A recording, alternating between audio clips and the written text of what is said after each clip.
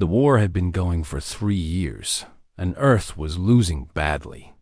Every day brought news of another colony destroyed, another fleet scattered across the void. The Krell Dominion had more ships, better weapons, and technology that made human defenses look like children's toys. Military analysts gave humanity 6 months before the Krell reached Earth itself. Captain Elena Vasquez sat in the briefing room at Earth Command, watching Admiral Chen pull up star maps on the holographic display. She had been called here without explanation, pulled from her ship in the middle of routine patrol. That alone told her something big was happening. "Captain, what I'm about to show you is classified at the highest level," Chen said. His face looked tired, lined with the weight of 3 years of losing.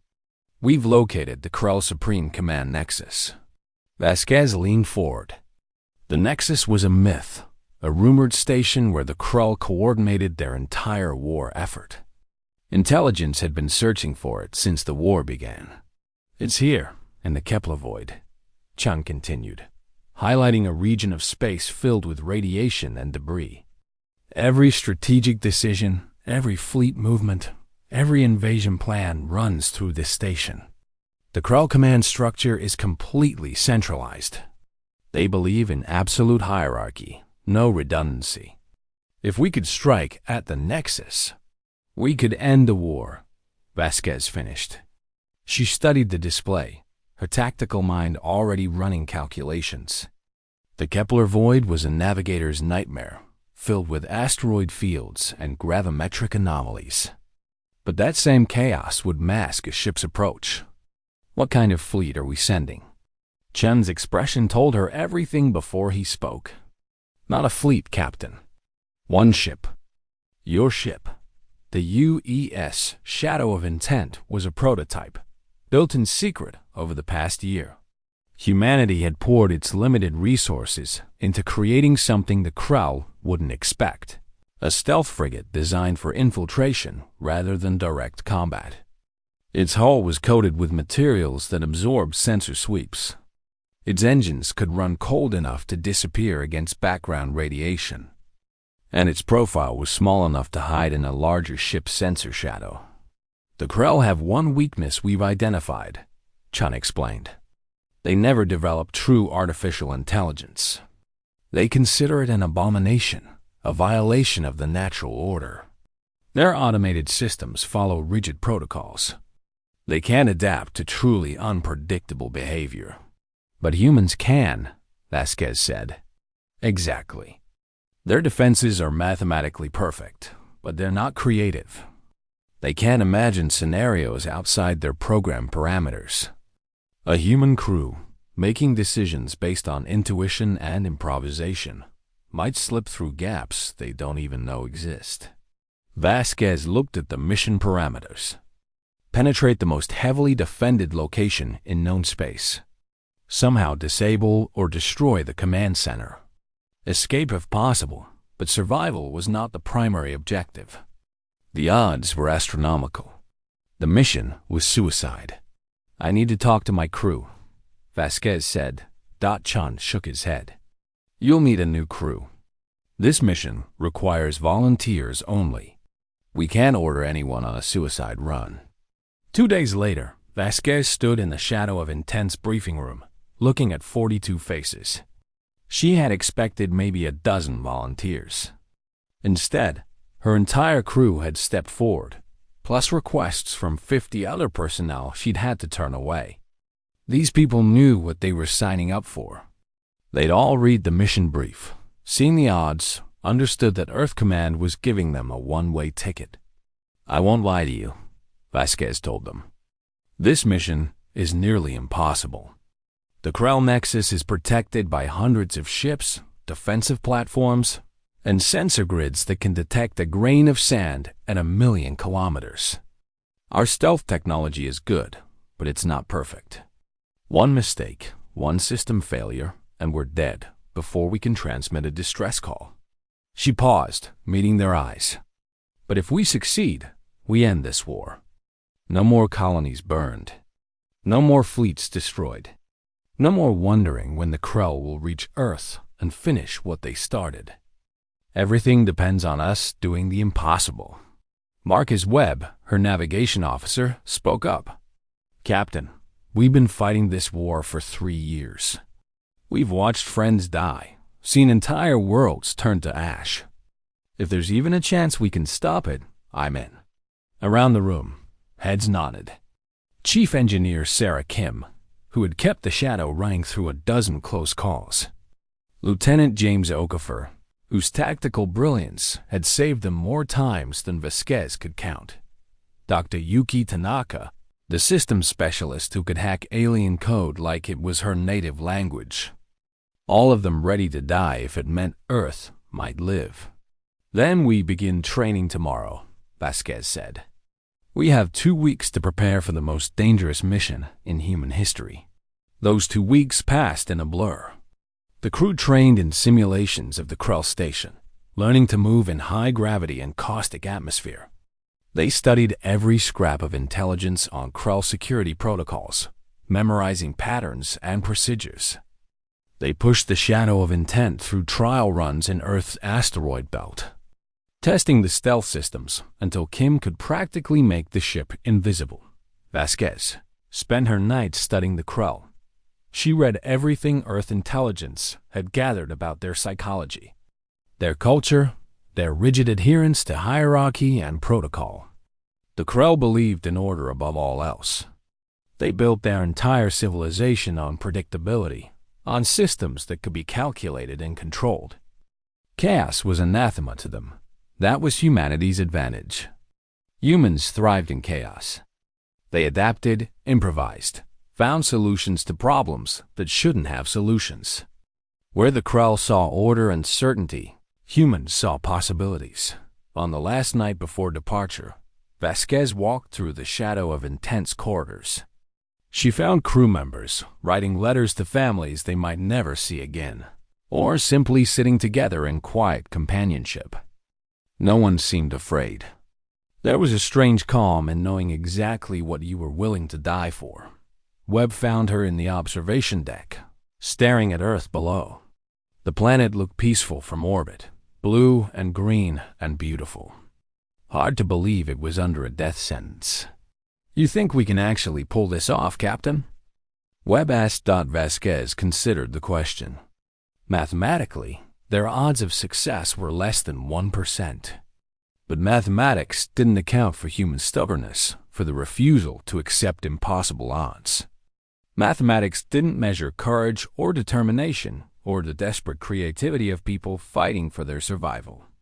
I think we're going to try, she said. And sometimes trying the impossible is enough to make it possible. The next morning, the shadow of intent departed from Earth orbit. Admiral Chun watched from the command center as the small ship's engines flared and it accelerated toward the jump point. 43 people heading into the void, carrying humanity's last hope. The crew didn't look back. They had a war to end. The Kepler void earned its reputation within the first day of travel.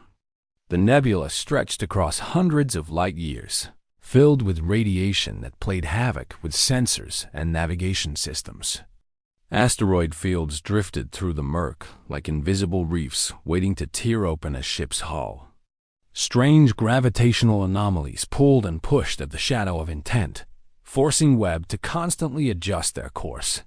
Temperature rising in the port heat exchanger, Kim reported from engineering. The radiation is degrading our cooling systems faster than I projected. Vasquez checked the readings. They were still 3 days from the Nexus, and already their systems were showing strain. Can you compensate? I can keep us running, Kim said. But the stealth field is drawing massive power. If we want to stay invisible when we reach the target, I need to let some other systems run hot. Life support stays at full, Vasquez ordered. Navigation stays at full. Everything else, do what you need to do. The crew settled into a tense routine. Webb spent hours at the navigation station, threading them through obstacles that appeared with almost no warning. Okafor ran combat drills, even though everyone knew if they had to fight, the mission had already failed. Tanaka studied the Krell data networks, looking for vulnerabilities she could exploit. On the second day, they detected a Krell patrol. The contact appeared on sensors at extreme range, a destroyer doing a standard sweep of the nebula's outer edge. The shadow went completely dark, engines off, every system powered down to minimum. For 6 hours they drifted in silence, letting momentum carry them while the Krell ship passed within 50,000 kilometers. Vasquez watched the destroyer on passive sensors, her heart steady despite knowing that one active ping from that ship would reveal them. The Krell vessel moved with mechanical precision, following a search pattern that was probably centuries old. It never deviated, never showed curiosity about the strange readings the nebula might be producing. It followed its protocol and moved on. They're creatures of habit, Tanaka observed after the destroyer left. That ship ran the exact same search pattern our intelligence predicted. No variation, no initiative. They trust their systems completely. That's going to be our way in, Vasquez said. On the third day, they reached the inner boundary of the Kepler void. Ahead, the nebula cleared into a pocket of relatively calm space. And there, suspended in the darkness like a metal moon, was the Krell Supreme Command Nexus. The station was enormous, easily 20 kilometers across. Its surface bristled with weapons platforms and sensor arrays. Hundreds of ships patrolled in carefully coordinated patterns, their movements synchronized to the second. Supply convoys came and went through designated corridors, each one following routes that never varied. Counting 367 combat ships, Okafor reported quietly. 42 capital ships, including 6 dreadnoughts. Defensive platforms number at least 200. And those are just the ones we can see. Webb let out a low whistle. This isn't the station. It's a fortress. It's also predictable, Vasquez said. She had been watching the traffic patterns for an hour now, and the Krell love of order was evident in every movement. See how the supply convoys approach? Every 6 hours, same vector, same speed. Automated tugs following programmed routes. You want to hide in a convoy? Kim asked. Under a convoy, Vasquez corrected.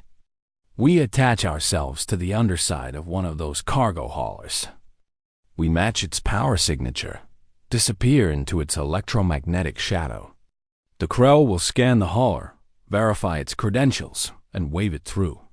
They won't physically inspect the cargo because that would be inefficient. Tanaka pulled up the cargo hauler specifications.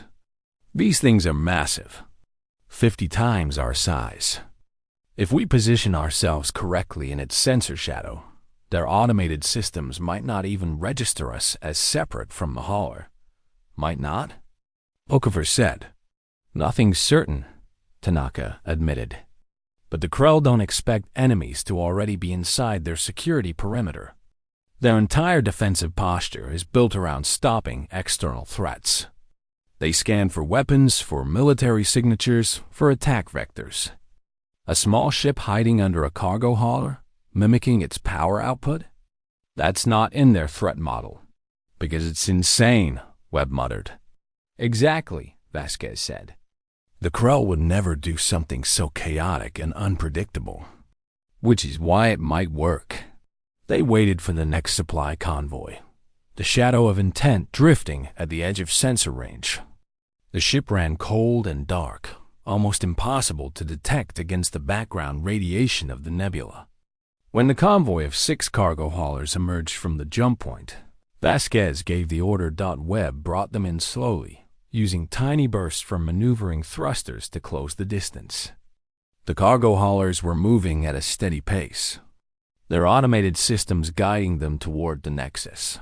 The shadow matched their velocity and then carefully positioned itself beneath the largest hauler, a massive vessel carrying construction materials for station expansion. Magnetic clamps engaging, Kim said.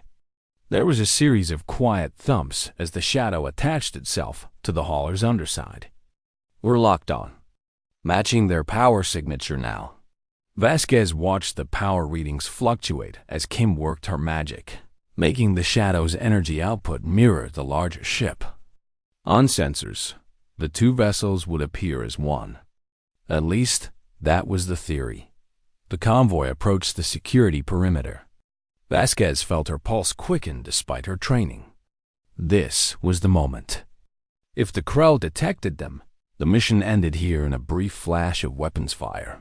The security station's scanners washed over them once. The Shadow's hull absorbed most of the energy, but some reflected back, painting a picture for the Krell sensors. Vasquez imagined the automated systems analyzing the data, comparing it to expected profiles, looking for anomalies. The scan came again, more focused this time. Someone or something had noticed an irregularity. "They're querying the hauler's credentials," Tanaka reported, her voice tight. "Standard security check. The hauler is responding with its authorization codes." Seconds stretched into what felt like hours. Vasquez kept her hands steady on the armrests of her command chair, projecting calm she didn't entirely feel. Around the bridge, her crew barely breathed. Then the clearance signal came through. The convoy was authorized to proceed. The cargo haulers moved forward, passing through the security perimeter and into the station's traffic control zone. The shadow of intent, invisible beneath its larger companion, slipped through the most heavily defended location in known space. "We're in," Webb said softly. Vasquez allowed herself a small smile. "Now comes the hard part."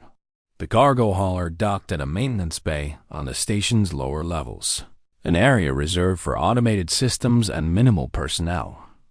As loading machines began unloading construction materials, the shadow of intent detached and slipped into the shadows of the massive bay. Kim killed all unnecessary systems, making the ship little more than a dark shape against darker metal. Atmospheric composition is reading 80% nitrogen, 15% sulfur compounds, Tanaka reported. Temperature is 42 degrees Celsius.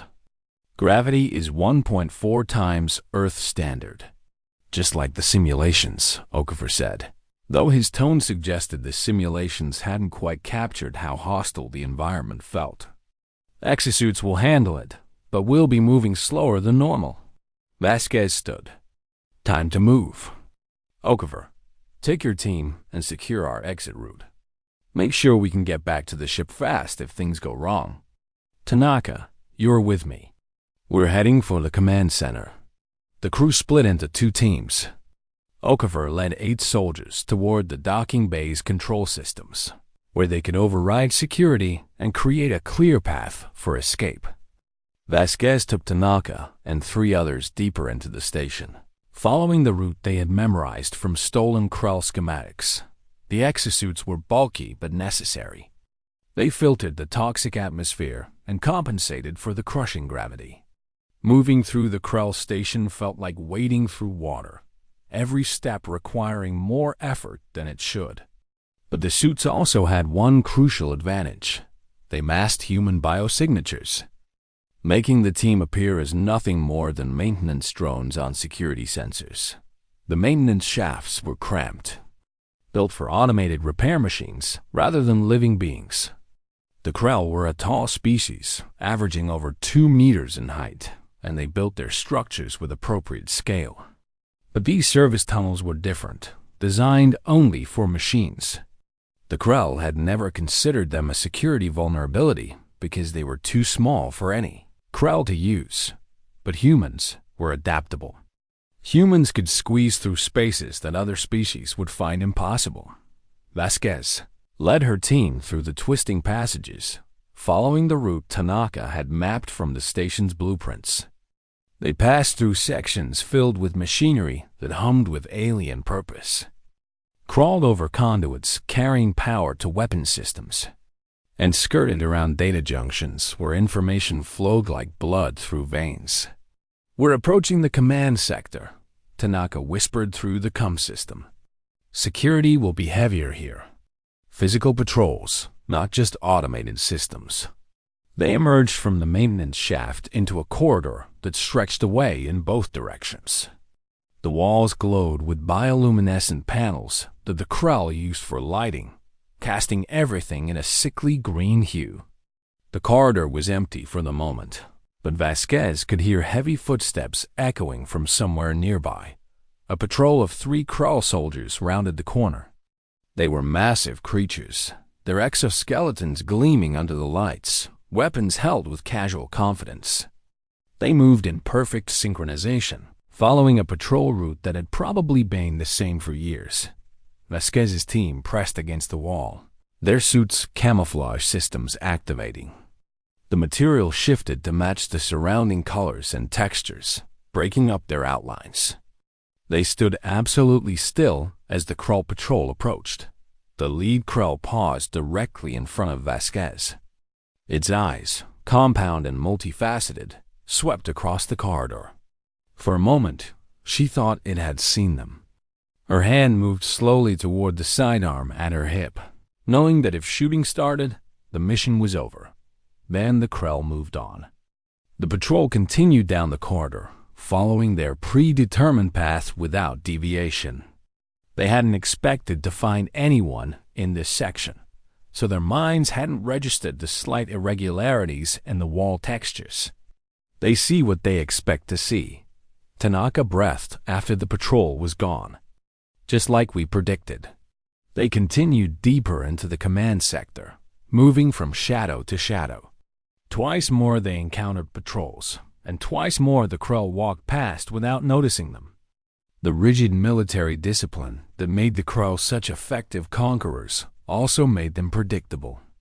Unable to recognize threats that fell outside their expectations. The command center itself was behind a massive door that required biometric authorization.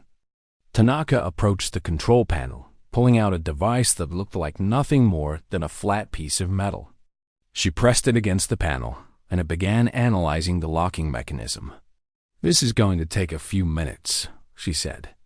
"The Krell use genetic locks. I need to synthesize a matching pattern." Vasquez positioned her team to cover both approaches to the door. Every second they stood here increased the risk of discovery. She could hear activity on the other side of the door, voices speaking in the clicking, chittering language of the Krell. "Got it," Tanaka said. The door slid open with a soft hiss. The command center was a spherical chamber 50 meters across. The walls were covered in holographic displays showing star systems, fleet positions, and tactical data. In the center, suspended on platforms, 3 Krell high commanders coordinated their forces across dozens of worlds. The room was a nerve center of the entire Krell War effort. Every strategic decision, every invasion plan, every fleet movement originated here. Vasquez could see the war displayed in real time. Human colonies marked for destruction. Earth's defensive fleets outlined in red. Projected timelines for humanity's complete defeat. The Krell had already calculated how the war would end. They had worked out every detail, every move, every countermove. In 6 months, according to their projections, Earth would fall. "They're so confident," one of Vasquez's soldiers whispered. "They don't even have guards inside the room. Why would they?" Tanaka replied, "This is the most secure location in their empire. No enemy could possibly reach here." Vasquez moved to a data terminal on the room's edge. The high commanders were focused on their displays, discussing fleet movements in their clicking language. They hadn't noticed the intruders yet, so confident in their security that they didn't bother looking around. "Tanaka, deploy the virus," Vasquez ordered quietly. Tanaka connected her device to the terminal and began uploading. The virus was a masterpiece of human coding, designed specifically to exploit how the Krell thought. It didn't attack their systems directly, which would trigger immediate countermeasures.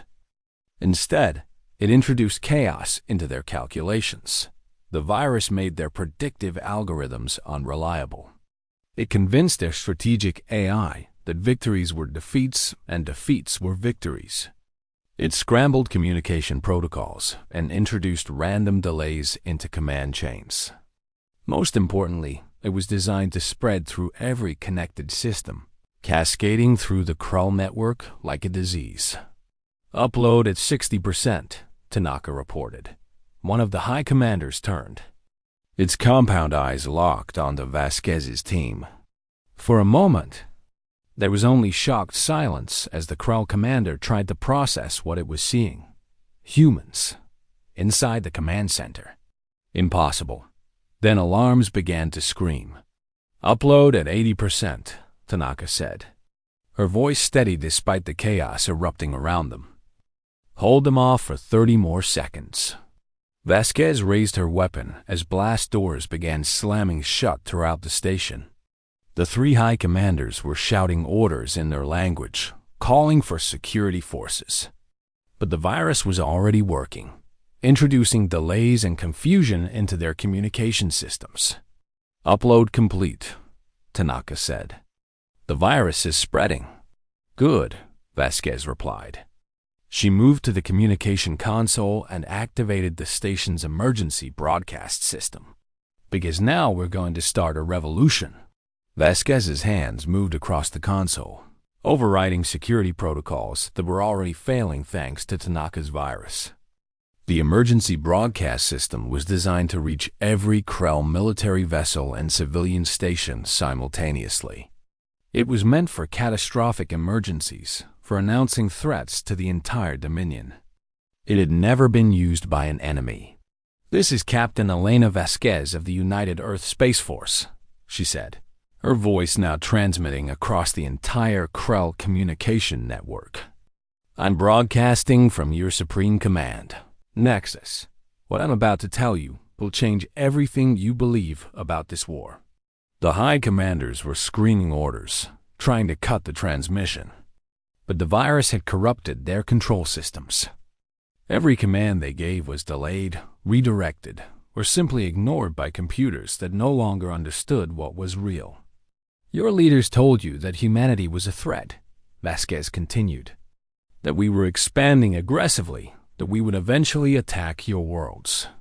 They showed you intelligence reports, military assessments, projections of human conquest. It was all fabricated." Tanaka worked beside her, pulling files from the Nexus's own archives. Intelligence reports with forged signatures, fabricated military intercepts, strategic assessments based on fictional scenarios. The evidence was damning, and it came from the Krell's own secure systems. "The war was started by your high command to consolidate political power," Vasquez said. 3 years ago, they faced challenges to their authority from reform movements within your own society. They needed an external threat to unite the Dominion under their control. They chose humanity because we were small, isolated, and couldn't effectively defend ourselves. The proof appeared on screens throughout the Krell Dominion. Messages between high commanders discussing how to manufacture a crisis. Plans for false flag operations.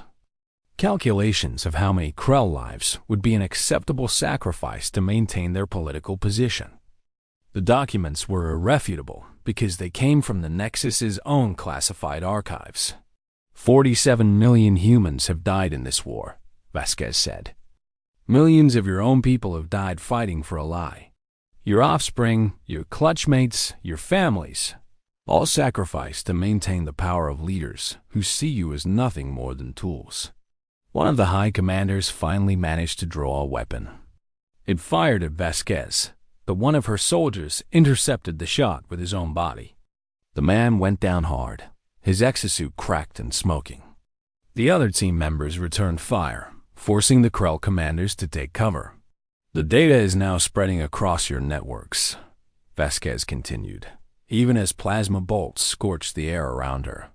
"Your leaders can't stop it. They can't delete it. Every ship, every station, every civilian with access to your networks can see the truth. The only question now is what you do with it." Security forces were breaching the command center. Dozens of Krell soldiers poured through doors that Tanaka's virus could no longer keep sealed. Vasquez's team fell back, laying down covering fire, but they were vastly outnumbered. "Captain, we need to move," Okoffer's voice came through the comm. "My team has the docking bay secured, but there are hundreds of hostiles converging on your position." Vasquez looked at the self-destruct console that Tanaka had flagged in the station systems. It was a failsafe, designed to destroy the Nexus if it was ever captured by an enemy. The Krell had never imagined they would be the ones facing that choice. "Tanaka, can you activate the self-destruct?" "Already done," Tanaka replied. 30-minute countdown, and only the High Commander's biometric signatures can cancel it. We've got leverage. Vasquez opened a direct channel to the Krell forces. "Stop shooting, or this station and everyone on it becomes a debris field. Your High Commanders are here with us. You have 30 minutes to stand down and arrest them, or we all die together." The weapons fire paused. Vasquez could see the Krell soldiers hesitating, looking at each other in confusion. Their entire command structure was in chaos. The virus had corrupted communication systems. The broadcast had exposed their leaders as liars. And now humans were threatening to destroy the Nexus.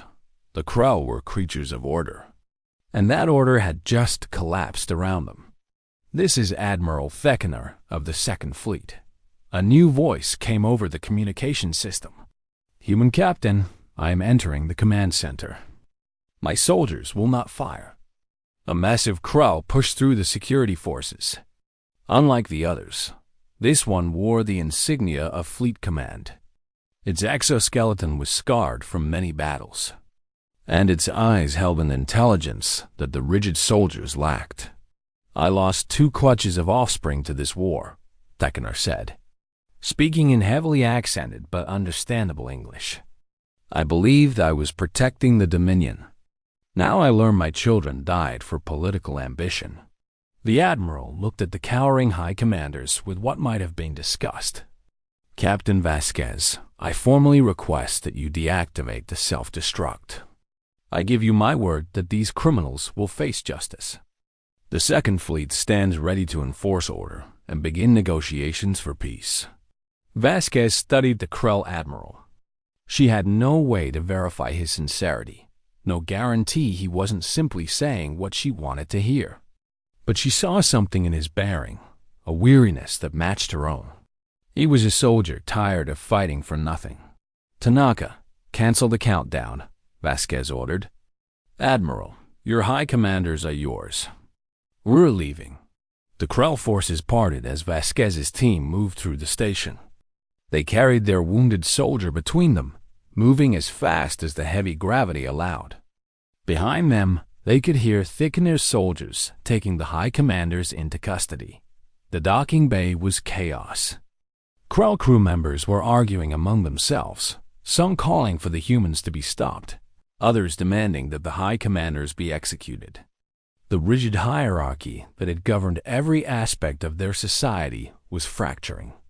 The shadow of intense. Engines were already running when Vasquez's team arrived. They piled aboard, sealing the hatches as Kim pushed the ship to full power. Krell security forces raised weapons, but didn't fire. No one seemed to know what orders to follow anymore. The shadow punched through the docking bay's atmospheric shield and into open space. Alarms screamed throughout the Nexus as the small human ship accelerated away. A few Krell vessels moved to intercept, but others blocked their path. The Dominion was already tearing itself apart. 6 weeks later, the Shadow of Intent limped into Earth orbit. The ship was barely functional, held together by Kim's engineering genius and sheer stubbornness. But all 43 crew members were alive, including the soldier who had taken a plasma bolt for his captain. The Krell Dominion had collapsed into civil war within days of the broadcast. Fleet commanders turned on the High Command. Civilian populations revolted. Reform movements that had been suppressed for decades suddenly had proof of everything they had suspected. The military machine that had seemed unstoppable simply tore itself apart. Admiral Thekkener reached out 3 months after the raid. The new Krell government, a coalition of reformers and military officers who had grown tired of corruption, wanted peace. They wanted to make amends for a war that should never have been fought. Vasquez stood at the memorial wall in Earth Command, her hand resting on the cold stone where 47 million names were engraved. The treaty had been signed yesterday. Earth was safe. The war was over. But victory felt hollow when she looked at all those names. "They'll remember what you did," Admiral Chun said beside her. 43 people who saved humanity. "We didn't save anyone already dead," Vasquez replied. "We just stopped more from dying." She thought about the Krell she had met during the peace negotiations. Many of them had lost as much as humanity had. They had been lied to, manipulated, sent to fight and die for leaders who saw them as expendable. In the end, they had been victims too. "The galaxy is watching," Chun continued. "Every species that heard about what happened, they're all looking at humanity differently now. Not because we won, but because of how we won. We proved that courage and creativity can overcome any advantage in numbers or technology." Vasquez nodded slowly. The Shadow of Intent had been given one final assignment before retirement. The ship would be preserved as a monument, its hull engraved with the names of everyone who had died in the war, human and Krell alike. A reminder that the price of peace had been paid in blood on both sides. As she left the memorial, Vasquez thought about what they had accomplished. One ship, 43 people, and the audacity to believe they could end a war by striking at its corrupt heart. It had been enough. Humanity had proven something the galaxy wouldn't forget. Not through superior firepower or advanced technology, but through the uniquely human traits that made them dangerous and valuable in equal measure: adaptability, creativity, and the courage to attempt the impossible when everything depended on success. The war was over. Earth had survived, and the Shadow of Intent's name would echo through history as a testament to what humans could achieve when they refused to accept defeat.